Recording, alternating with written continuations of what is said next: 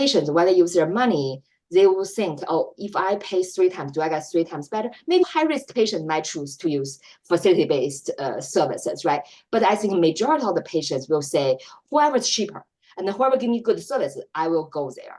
But that kind of feedback loop is not there when we're talking about large insurance companies dealing with businesses. And no, as I mentioned earlier, we have a lot of perverse incentives. So there's no reason they should treat small business because they just can't. They can take advantage of them. So for our listeners, there's always been an interest of mine.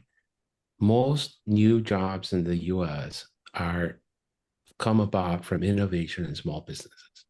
That's the hiring engine of the country. That's a growth engine of the country. A single FDA pediatrician will gross between $600,000 to $800,000 a year. So let's say it's $1 million. Most accounting experts and economists will tell me that is multiplied by a factor of 7 in my neighborhood. So if I run a business that has $1 million in gross receipts, because of the employees, the taxes, the rent, the services that I use, that is multiplied times 7. So my small business is contributing $7 million to the economy of the town that I live in. And that is incredibly important for people to remember. And then if you're going to live in a free, functional capitalistic system, we have to have competition and we have to have customer choice. When everybody works for Herb Bravo Mega Health System of Long Island, there's no longer competition, innovation, or choice for the customer. We're just Mama Bell from 1970s that had no innovation. You got your phone service from one company and it worked, but it wasn't going to produce a smartphone, a cell phone, the internet, because they had no reason to. They had so much money coming in, what the business people called their cash cows, that there is no reason to disrupt their model.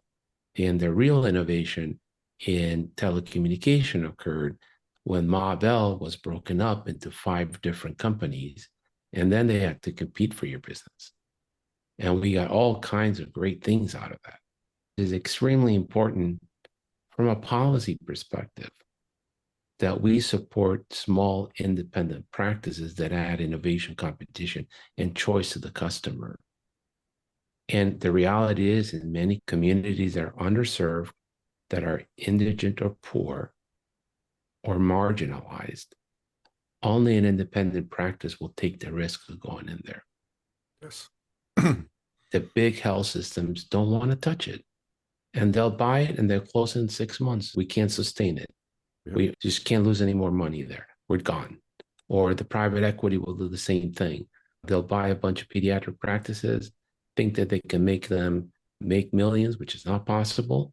And then they'll go, didn't work, fire everybody, we're gone. And that's not good for anybody. The other problem that I see in healthcare financing is, you alluded to a little bit about it, but it's really the cost shifting. So the person consuming the service is completely oblivious to what it costs to get that service. They think it's a $30 copay or their $50 deductible. They don't know that the bill was actually $3,000 or $4,000 or $5,000, and they don't care. So that's one problem. And the other problem is that Medicaid pays so little for the services that people receive that everybody else has to be taxed again. Not only you're being taxed on your federal income to support Medicaid, but you're also being taxed at the state level to support Medicaid. And then your health insurance premium skyrockets because the commercial payers are paying, like New York, it's at 45% of Medicare. So they're paying 200% of Medicare. So that's 5 times what Medicaid pays.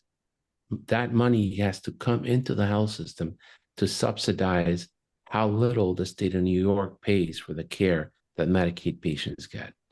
What are your thoughts about that?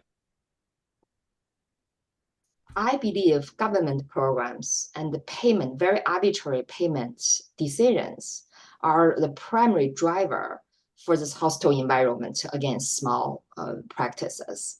As you said, in New York, but if you look at North Carolina, same. The payment rate for the same service in hospital setting is so much higher than for independent physician practices. I think this is to some extent, really is the inevitable outcome of the capturing we were talking about. And we're seeing this everywhere, not just in payment, right? Medicare, Medicaid payment, but also we are seeing restrictions on physician-owned hospitals, which is already being shown by our study, 30% cheaper than their competitors, even in the same county. And also we have certificate of needs law, right? If you want to start something, it's almost impossible unless you get the approval from the incumbents. So the system almost appears to be designed in a way to push independent practices to surrender to big corporation, either to be integrated into the large systems or being bought by private equity firms. So I think whenever we want to have